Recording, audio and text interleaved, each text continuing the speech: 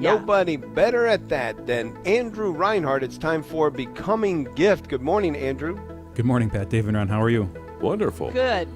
Good. Well, I wanted to talk today about a lie that people often believe when they're trying to improve themselves. Mm-hmm. And the lie is that I need to make myself feel bad to get better. I need to make myself feel bad to get better. So a guilt-ridden, just imagine in this season, oftentimes, people are, what are they doing? They're getting back out their summer wardrobe. And what do? Is you start putting those clothes on and you don't fit in them anymore, right? Mm-hmm. That's an experience I had this year. And as I did that, I'm tempted to sit there and be negative judgmental. How did I let this happen? I'm bad. How dare I? We have all these beliefs in this complex of thoughts that sometimes we're conscious of, sometimes we're unconscious of. But the reality is that making ourselves feel worse is very rarely a path to us improving ourselves. So many times in the self-help realm, people will propose the idea of remaining curious, of having curiosity about yourself, about what's happened, about what is the case. And the idea of this is to promote non-judgmental self-awareness, to avoid self-condemnation. And this helps to promote staying open to new possibilities. Right? Judgment, by definition, closes the mind. Right? You've reached a conclusion, and so the jury has, in your own heart and mind, has come to a close. But the issue is, in our faith, classically, curiosity was a vice. It was an excess of the virtue of studiousness. So the virtue of studiousness is dutifully studying things that pertain to your life, that match your responsibilities, your profession, your vocation, basically paying attention to the stuff you ought to be paying attention to. And curiosity was a vice that was an excess where you're just studying stuff for the entertainment, for the enjoyment, things that don't really pertain to your duties. This is one of the greatest vices I struggle with, is to remain studious and not be curious.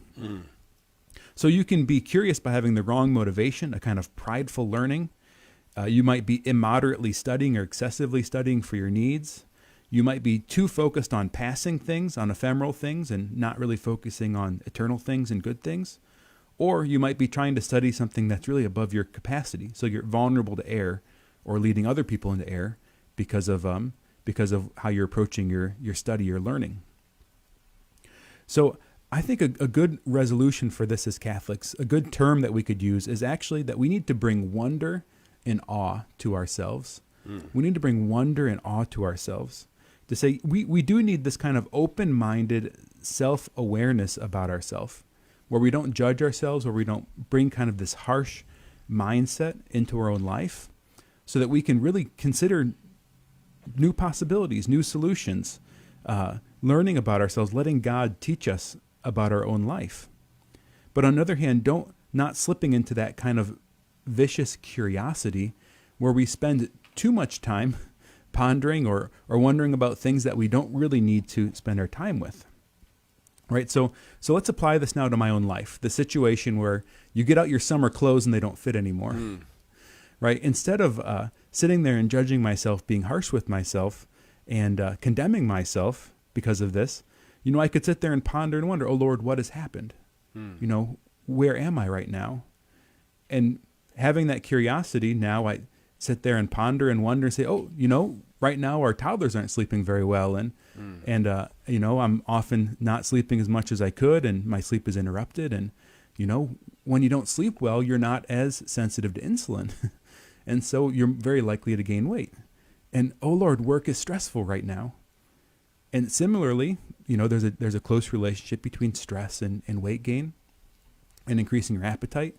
Significantly, research shows that even when people lose a significant amount of weight, it doesn't flip all the epigenetic signals in their cells, meaning the cells kind of remember. So oftentimes when you've lost weight, it's going to be a lifelong struggle. Right? And so having this kind of more open-minded wonder and awe about my own life then can help me to chart a course to make that different. Okay, Lord, I don't necessarily need to beat myself up and make myself feel bad to try harder. Well, now what I can do is I can try to sleep better. I'm going to put myself to bed earlier and maybe wake up a little bit later. Maybe I'm going to be more patient and understanding with myself, right? Maybe this season of my life isn't the best time for me to lose weight. Maybe I need to wait till my kids get a little older and I can sleep a little bit better. Right? Do you see how this posture change toward myself changes the whole approach? Where instead of kind of this white-knuckling, judgmental harshness, right, I say open-minded, and by doing that, I discover new paths forward, right, more productive solutions to the problem that I'm facing. You know, and Andrew, it's such a balance, right? Because we need to be self-aware. We need to, in some ways, recognize the difficulties that we have in our lives and overcome them, particularly from a sin point of view. Mm-hmm. But that self-condemnation never is helpful if we're trying to move in a different direction, right? I mean, we have to acknowledge that there is a good motivation in that and grace sufficient to get there. Yeah, and the self-condemnation is especially not helpful because oftentimes whatever we're struggling with is a coping mechanism. Right. So making ourselves feel bad is just going to make us need to cope more. Yeah. I love the humility of the saints, and I come back to this again and again, and I forget what saint said this, but when he would struggle and fall, all he would say was, Lord, see, this is who I am without you. Mm-hmm. Right? Not without self-condemnation, just a humble recognition of his own weakness and poverty without the Lord. And in that is also the calling out for help. Lord, I need you. I can't do this without you. This isn't going to be my willpower that overcomes this vice or sin. It's only going to be your grace and me cooperating with it. So, Andrew, what role does guilt play in making, in addressing changes in our lives? Because we don't want to get into that there's no need, we should never feel guilty. So how do you see the role of guilt in our lives? How do we deal with that in a positive way and know there is a positive piece to it? I think that the concept of contrition can guide this, coming out of our faith and out of especially, the conditions necessary for a good confession. Mm-hmm. Contrition is sorrow for sin, but it's not a sorrow that we self-generate by beating ourselves up, right? It's an honest perception of the reality. And oftentimes, I think true contrition arises in the context of relationship, right? We see the way our actions have affected those around us. And I think a true sorrow for the state of our own life comes from a true and honest self-love in a holy sense, in a good sense, and seeing ourselves how God sees us. So I don't think wonder and awe banishes sadness. I think what it does is it allows us to receive what's present, what's true in ourselves, in our own life, and then allows those emotions to rise up spontaneously. Right? So having wonder and awe towards ourselves isn't a repression of feeling sad. It's allowing that sadness to arise from a truthful self-perception.